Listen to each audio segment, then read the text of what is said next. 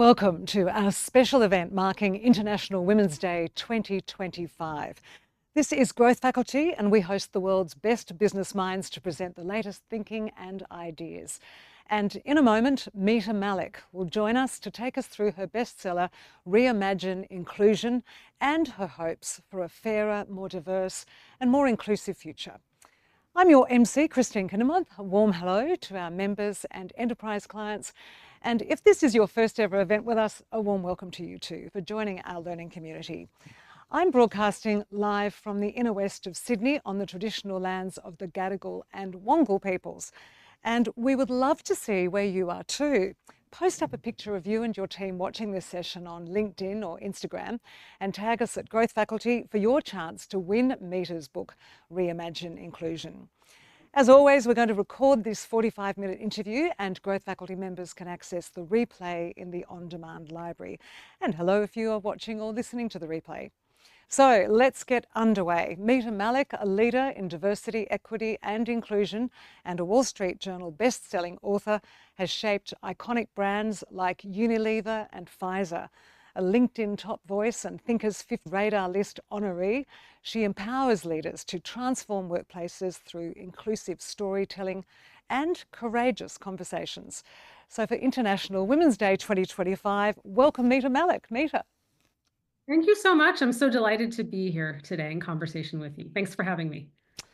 Good-o. Well, as we celebrate some hard-won gains for women over the decades, because of course International Women's Day does go back many, many decades, what do you see as the most pressing issues for women in the workplace globally right now, and the state of DEI as we see it? I'm sitting in the US currently, and there is a strong backlash against DE&I. And the first thing I'll say is I don't say DE&I, I say diversity, equity, and inclusion. Let's spell out the acronym because that's how it's being weaponized. The things I'm seeing from a global workplace perspective, particularly companies who have US locations and are headquartered in the US, no longer setting targets and goals to look at gender equity, gender progress. I know with an Australian audience, many of you are looking at gender pay equity gaps. I know a lot of US companies and other companies are no longer doing that. I know parental leave is being rolled back. I know we have childcare centers in the US closing that used to be sponsored by companies. So I am hopeful. I am a half glass full person. That's why I'm here with you today. I will continue to do the work. But we do see things from a policy perspective, not just from the US government, but also from a company perspective where things are headed down a bit of a slippery slope. It's really amazing that you're able to stay glass half full. What's keeping you positive? Where are the positive moments for you, do you think? My children. I have my 9-year-old daughter, her self-portrait's in the back. She's going on 19. My son, who's 12, going on 22. I said to you earlier, I'll stick around for unsolicited parenting tips. What a time to be raising your children. But I want them to know for both of them, their potential is limitless and to be raising them in a household where they're being treated equally. And I think that's really important. As the proud daughter of Indian immigrant parents, I certainly had cultural stereotypes and things that I was raised with that I still think about, I bring into the workplace, all these biases we have. So that leaves me really hopeful. And then I'll just say, I said I'm the proud daughter of Indian immigrant parents. My dad's mother was married when she was 12 years old. My mother's mother was married when she was 10 years old. I will say they were married off. They did not have a choice. They were married off to men in their 20s. They were child brides. They had really large families, and they were simply remarkable women. And I sit here on stage with you today. I am living proof of what gender equity, gender progress can look like in less than just 3 generations. And that sits really heavy with me. And that really drives me to continue doing this work. Incredible, incredible stories about your grandparents. And we do see that, and we're all responding to that wonderful picture of your daughter, drawn by your daughter, perhaps some years ago behind you. We're also seeing your book, Reimagine Inclusion, and that's tackling 13 myths that hold back progress. Which do you think of these myths that you find most persistent when it comes specifically to gender equality? Well, I'll say persistent, but I'll also say the one that I actually, when I wrote it and when I shared it with the world, I was so positively surprised that I felt reaffirmed. And the myth is, why are you asking for a raise? You and your husband make more than enough money. I'll say that again. Why are you asking for a raise? You and your husband make more than enough money. And in this myth, it really gets to the heart of this idea that white women and women of color don't negotiate. Oftentimes we do negotiate. And when we do, we're dismissed, we're minimized, we are gaslit and more. And in this situation, I share a story of a former boss. I was going in to do the performance review. I did everything you're supposed to do. I knew the market research, what my role was valued at currently. I knew I was being underpaid. I had the points on the board of what I had accomplished this year in the role. I had feedback from a number of other leaders and external partners and vendors I worked with, and I went in with a smile. And at the end of the review, I said, would you be able to take a look at my compensation and get back to me on whether you think in this role I'm being paid fairly and equitably? And his response to me was, well, you and your husband make more than enough money. Somehow he had found out what my husband did for a living.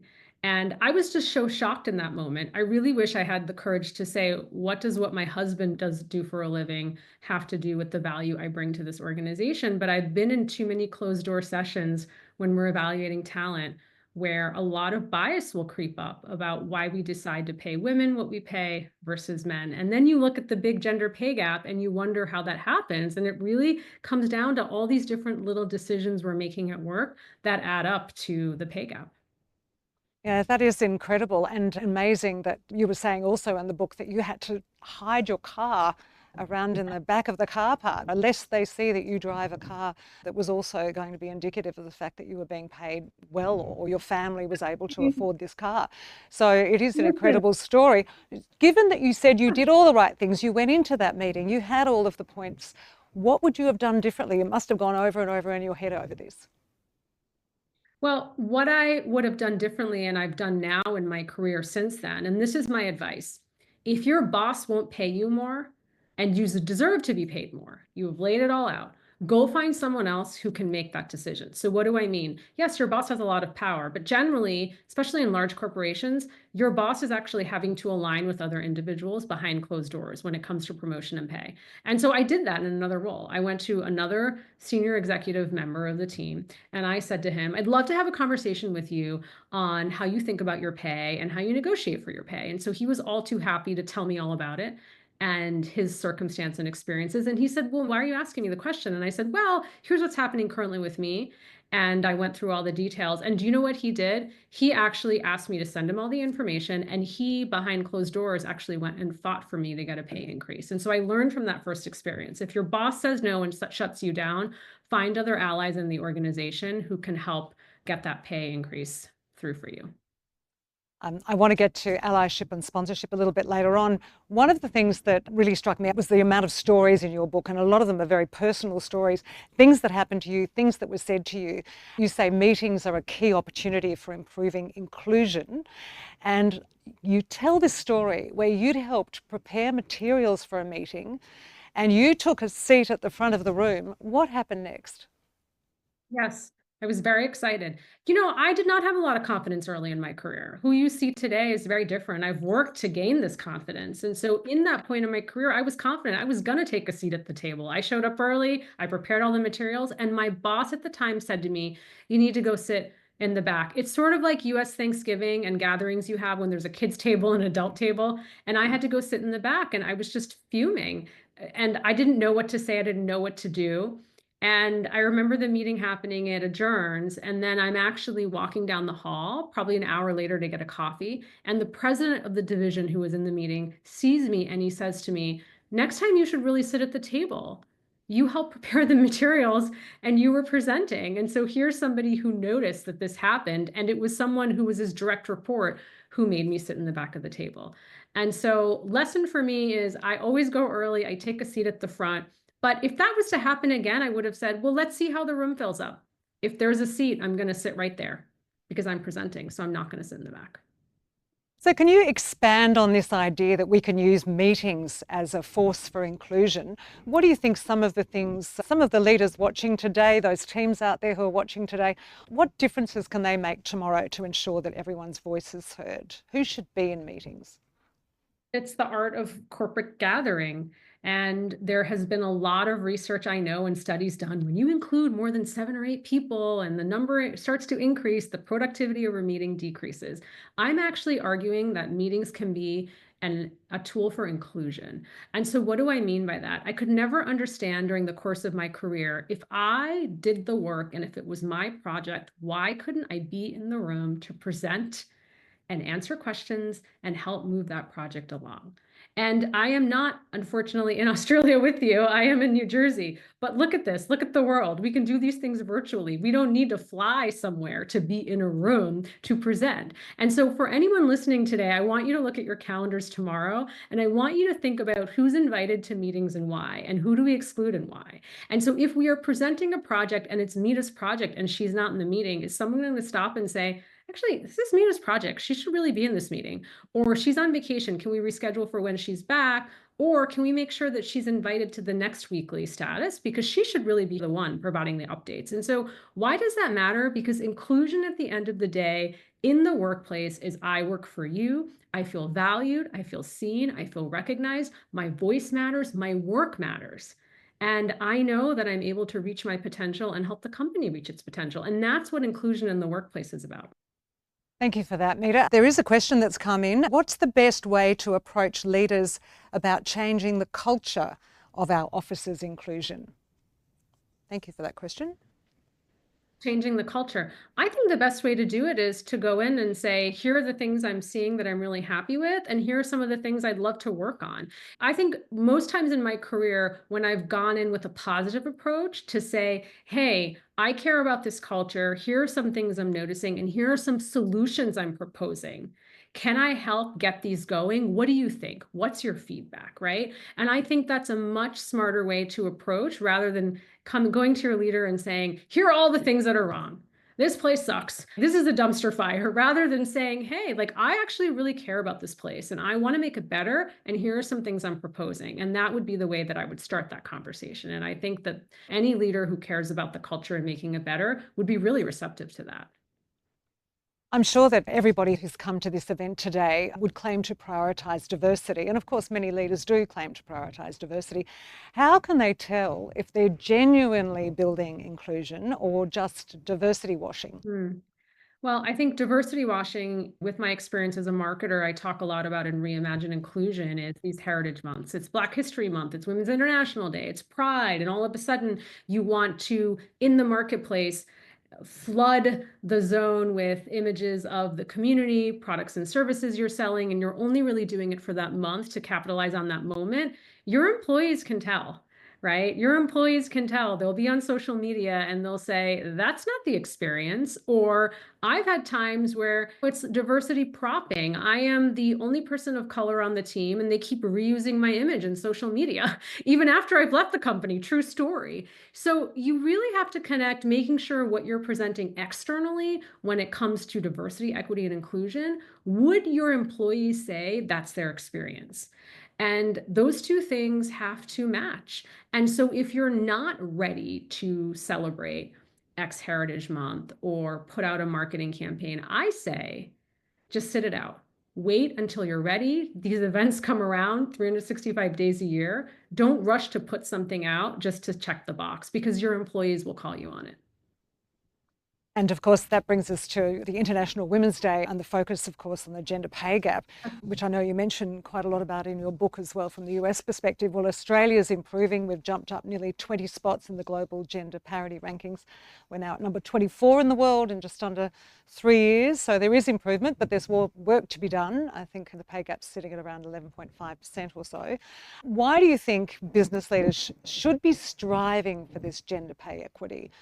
Why strive for it? What is the benefit for businesses? Why strive for it? Because you want to build a workplace where everyone's treated fairly and equitably. And imagine if I knew your company had done the work and they were paying both women, men, all individuals fairly and equitably for their contributions. Wow, that's a company I want to work at. You're going to have people banging down the door to come work there. And so that's really important. And we all have an individual responsibility to think about how we contribute to the pay gap. It seems like it's something that's up here, but one of the things I would say, if you are listening and you're leading teams right now, it's not the job of HR to make sure your teams are being paid fairly and equitably. It's your job.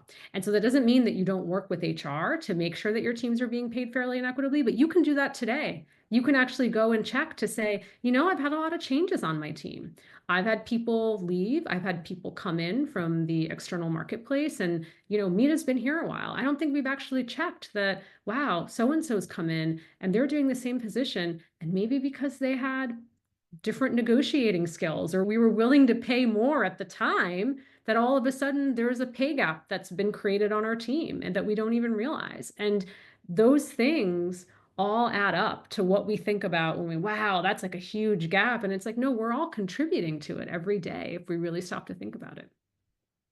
And I guess the other thing is not just gender pay equity, there's also this lack of women in the highest roles, in the CEO roles, and the pipeline of women in those C-suite roles that lead to those CEO roles. That's particularly a problem in Australia when there's so few women in those CEO roles. You would immediately think, and you say in your book, a lot of leaders say, well, let's get a mentor for these rising stars, for these women. But you say there's a difference between mentorship and sponsorship, and you say you've been over-mentored and under-sponsored. I'm very interested to hear what you have to say about that and what everyone listening can take away from this. Yes, well, if we were a live audience, this is when people start booing and throwing tomatoes, or perhaps digital tomatoes in this case, because I say boldly and unapologetically, I've been over-mentored and under-sponsored in my career. Over-mentored and under-sponsored. Now, that doesn't mean that mentors aren't important. I wouldn't be here with you all today without amazing mentors who have helped me. But mentors have helped me for really specific reasons. They've helped me because I was transitioning careers, because I was just laid off, because I just had my first child and was thinking about how I was transitioning back to work. I mean, all kinds of specific things. But a sponsor is very different. A sponsor to me is somebody who is in your organization. They are 2 levels above you. They have political capital. They have skin in the game. They oversee large teams. They have a large P&L. They're widely respected. And they are in the room when the doors are closed and decisions are being made about your career. And so you would think that your boss should be your sponsor.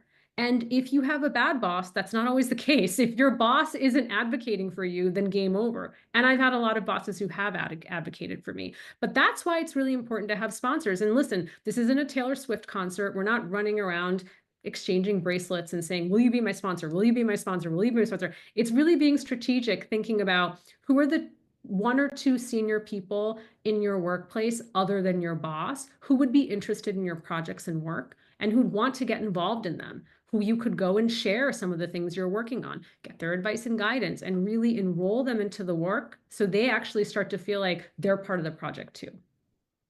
What is the benefit for the sponsor? How can we convince people to sponsor women into higher roles, and also particularly women of colour and underrepresented minorities? You want to be that sponsor, that leader that everybody's talking about. Can you believe Jim has helped promote all these women and has changed the composition of his leadership team? For sponsors, it's a win-win because it's about your leadership brand. And the number one job of leaders is to create more leaders. And so if you have a brand that you're coaching leaders, you are guiding them through mistakes, you're helping them get promoted, that is a huge win for you. And you're going to see so many more opportunities open up for yourself, but you're going to see people want to come work for you internally. People are going to be like, I want to go work for that person because I know their track record. It is what happens often in corporations. People are talking about you whether you want them to be or not, right? And so in these cases, when you are being a really strong sponsor, people know and they're talking about you. And that's how talent is finding you and wanting to come work for you. Thank you. I'm going to go to some of the questions here that are coming in. Thank you, everyone. So, Mita, someone's asking, do you see a difference with public and private organisations when it comes to inclusion and diversity? I do. I have worked in both. I've worked mostly in very large public corporations. I've recently worked in a private company. Given the US landscape, things are changing given the current administration we're in. But I would say in the past up until now, there is pressure from stockholders, there's pressure from shareholders, there's pressure from board members. There's a lot of public pressure for a company, particularly when it comes to goals and metrics. When it's a private company and I'm the CEO and I own most of that company, you have to maybe do much more convincing to make me understand that inclusion is important and a driver of the business. Where at a public company, there are many people. Yes, of course, the CEO is involved, but there are a number of other people who are driving that agenda. So definitely, I see a difference there. You were also saying just before we came on something which was quite disturbing, really, that you have actually had a number of people cancel speaking engagements, companies cancelling speaking engagements around diversity, equity and inclusion and International Women's Day. Can you just briefly tell us a little bit about that? Absolutely. Given the current climate in the US and the backlash against diversity, equity, and inclusion, there are a number of companies who are no longer celebrating Heritage Months. They're no longer recognizing employee resource groups. They're no longer celebrating Women's International Day, Women's History Month. How do I know that? Because last year I was invited to speak at events this month, and they've been canceled or removed, and they've said they're pushing it out or reconsidering things.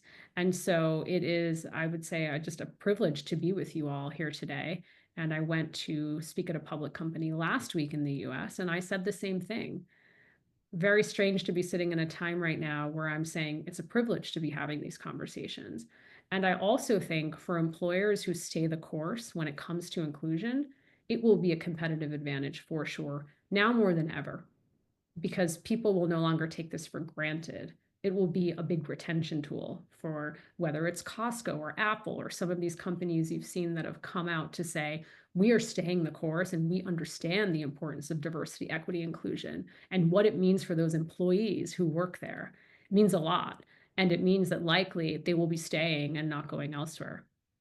And the piece around inclusion, of course, the other word for inclusion is belonging, and everyone wants Yes. to feel that sense of belonging in every company. So that never goes away, does it? No, it doesn't. And they're so tied. Right? When I'm included, I feel like I belong.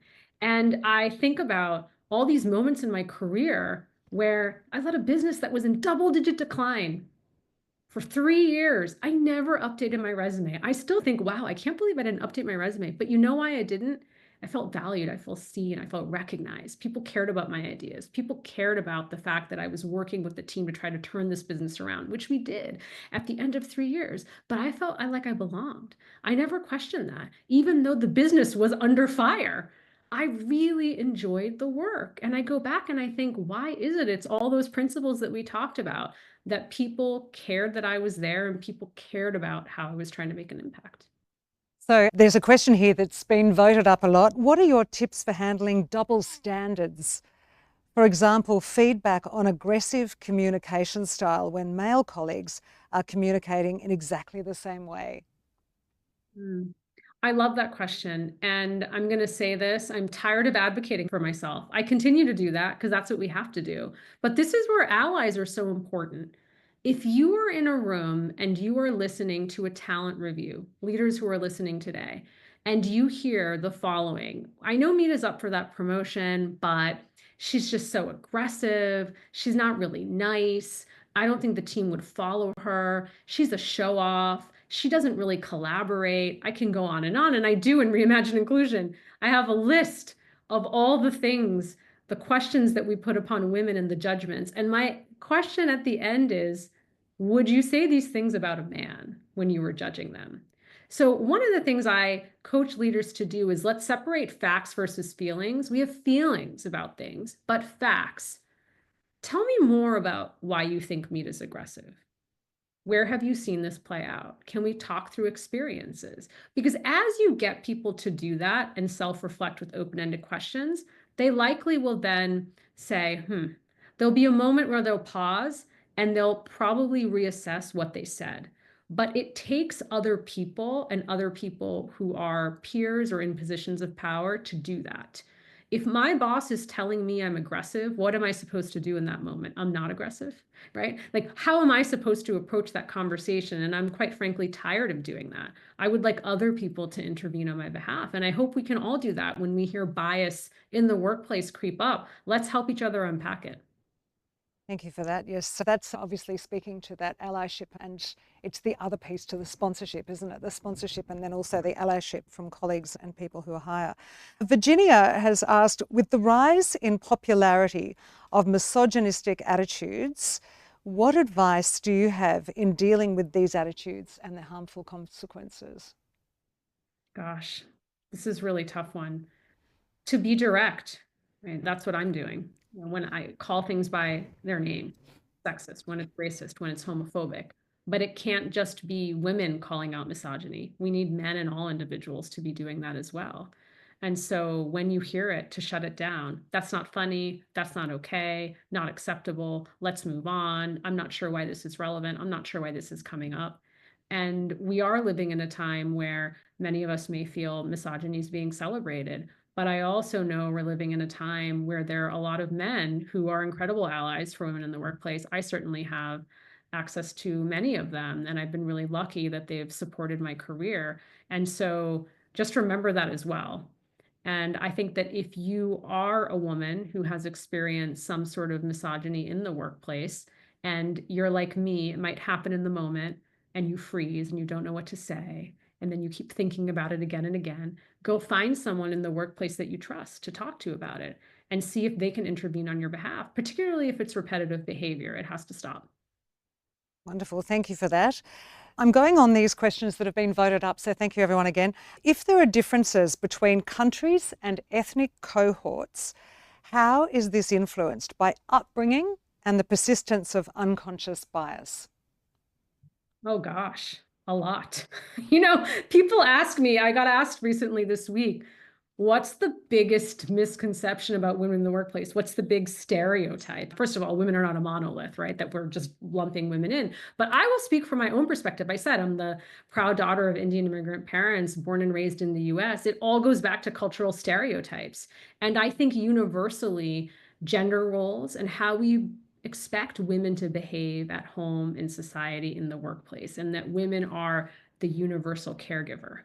And so how that shows up in the workplace. And so that's where you have to mitigate your bias. I've spoken really openly. I grew up in a household where my father was the primary breadwinner. My mother stayed at home for quite some years until I was in high school and became a teacher. When I think about my upbringing, every auntie in my neighborhood, nobody was working outside the home. They were all in the home.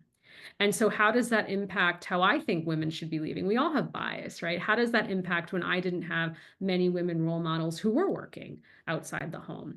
And so I think that's important. I say in Reimagine Inclusion, this work doesn't start at the conference room tables. It actually starts at our kitchen tables. And so what we're doing in our homes, how we're raising our children, how we're speaking to each other, it all comes back into the workplace.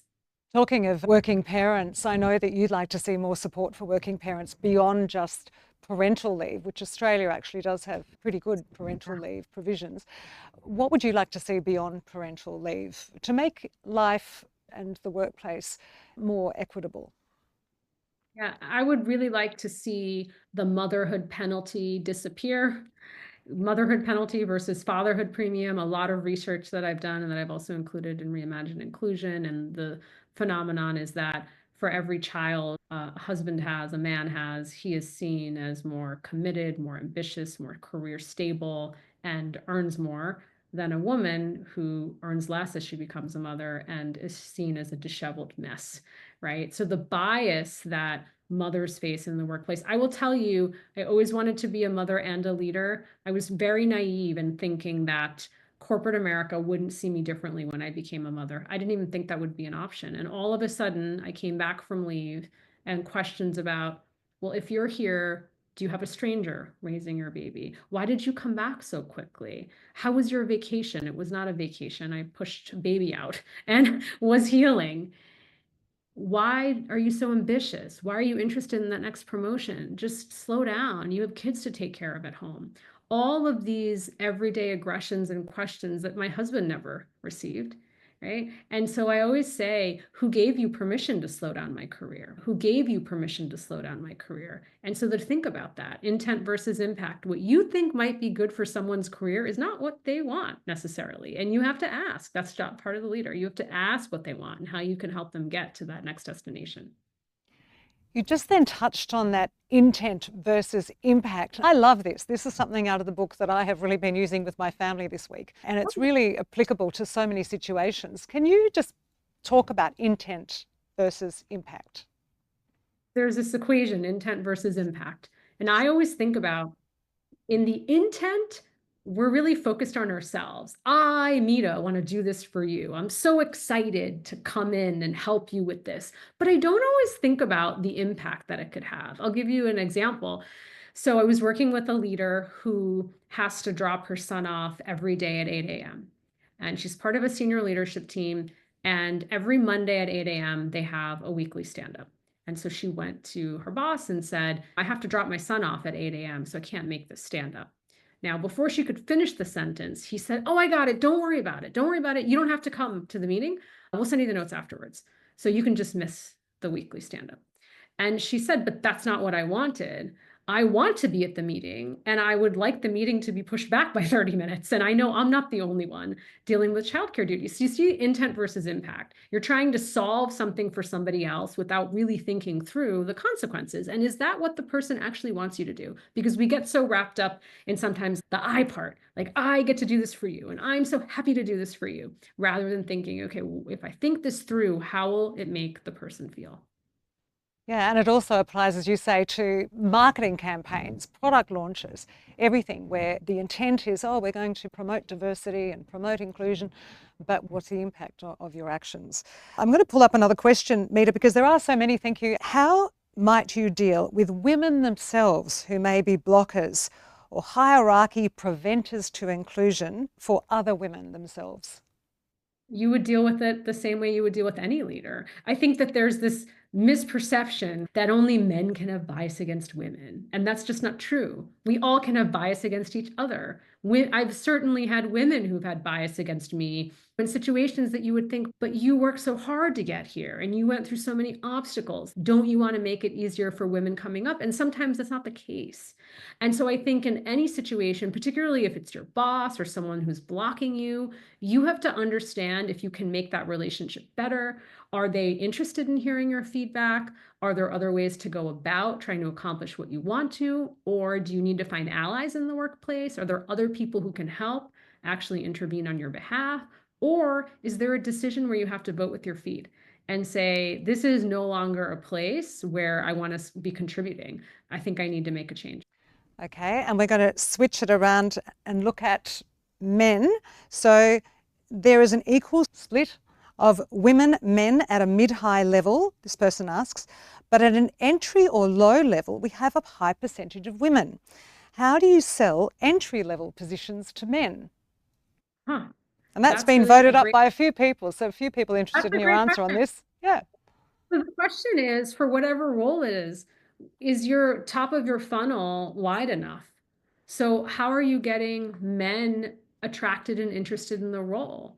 It's marketing 101. Are there men who are currently doing the role in the company who should be on social media, who should be on video, who should be talking about how much they love their roles and how it's helped them succeed in their career?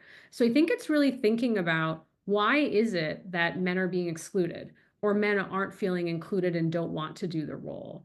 And something interesting I talk a lot about, employees are a forgotten consumer. If you're working at a company, you're in the business of selling something externally and you're obsessed with your customer. We don't have that same kind of obsession with our employees and making a great employee experience. I would actually go to the men who are in some of these roles and ask them why they chose to apply, take the job and stay, and ask them how they might think about attracting more men at the top of the funnel so that more men are applying and then actually coming into your company at those levels. Mita, there's a recently asked question, so it hasn't been voted up, but I think it's an excellent one. And it says, the message for advocacy and the solution for diversity, equity and inclusion is consistent. We continue to try and change the culture, but we encounter the same challenges. What needs to change? How much time do we have? What needs to change is, I think it goes back to individual biases. I really do. I think so many of your companies have the right processes and systems in place. And I think it comes down to self-awareness. I think it comes down to the following. I have a lot of founders and CEOs I work with who will say, Mita, this is so political. I don't want to talk about this. This is too political. And I say to them, isn't it through the lens of privilege, we can deem something political when it's not our lived experience. I could sit here and say Black Lives Matter is political, anti-Semitism, Islamophobia, anti-LGBTQ legislation. And if I actually knew someone in those communities, if I took the moment to build more cross-cultural relationships and I thought to myself, wow, I actually know someone in this community, it's not about politics, it's about life or death, it's about hurt or harm.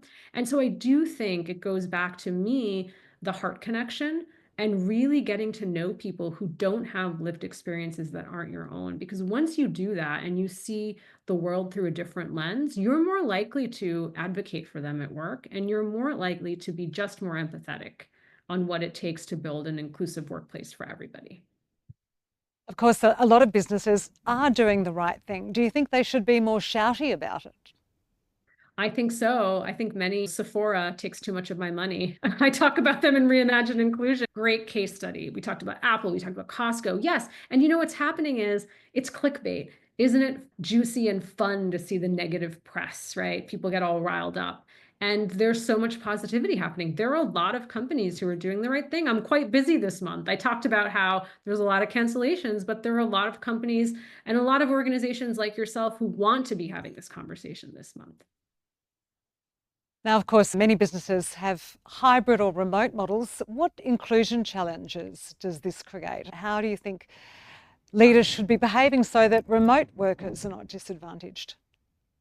I think that many of us stumbled through the pandemic when it came to technology, and some companies never really stopped to think about how do you build a culture that's remote first. So if you're hybrid and you have population that's remote, how is it remote first? And I think that starts with technology. I'll give you an example. We have a meeting and we're in a large conference room in Singapore, and we have a number of employees dialing in from around different locations in the world.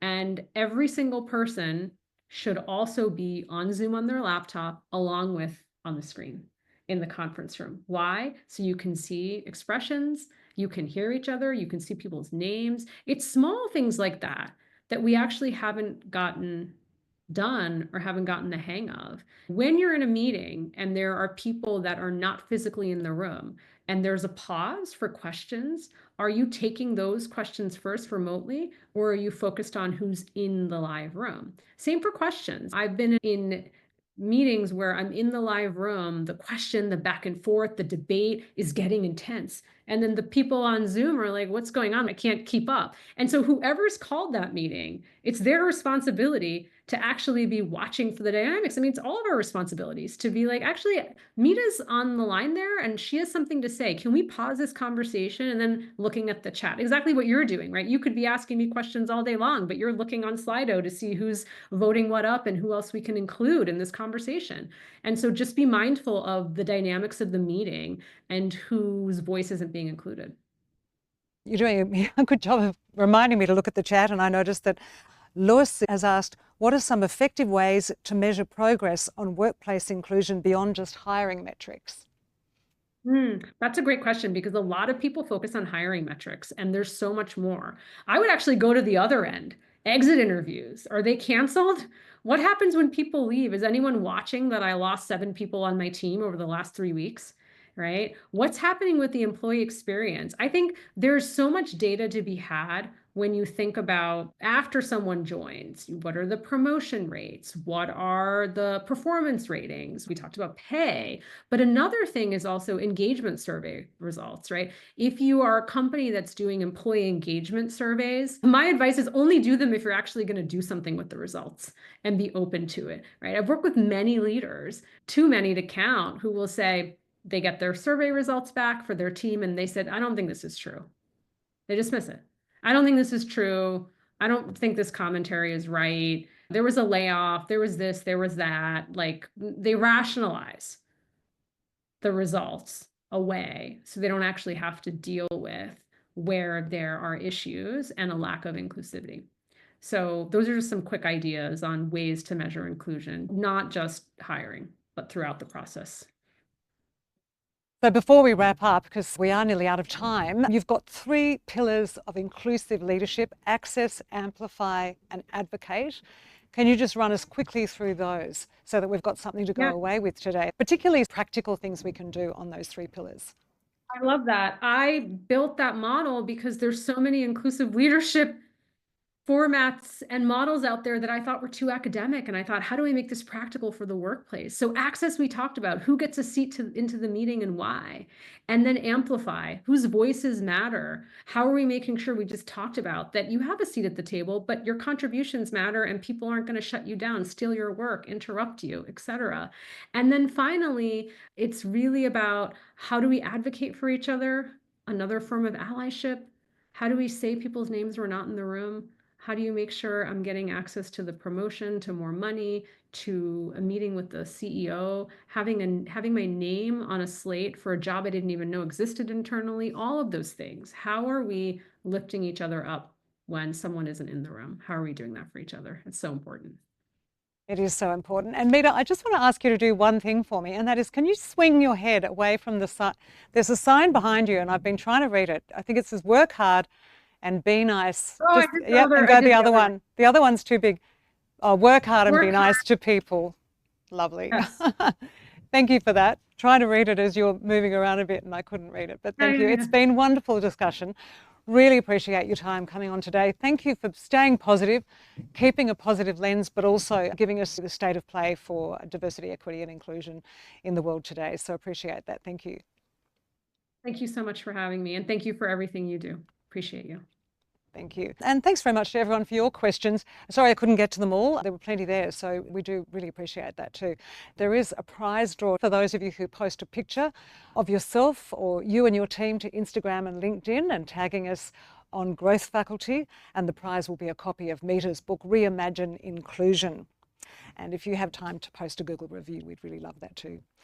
If you want to continue access to the world's best business minds, there is a full program of live virtual sessions here at Growth Faculty, and they include a 3-part Emerging Leaders program for rising stars and a number of masterclasses and book clubs on artificial intelligence and future-ready leadership. It's all included in Growth Faculty membership, and if you are a member, thanks for being part of our learning community. Again, our thanks to Mita and to you for being with us today to mark International Women's Day 2025.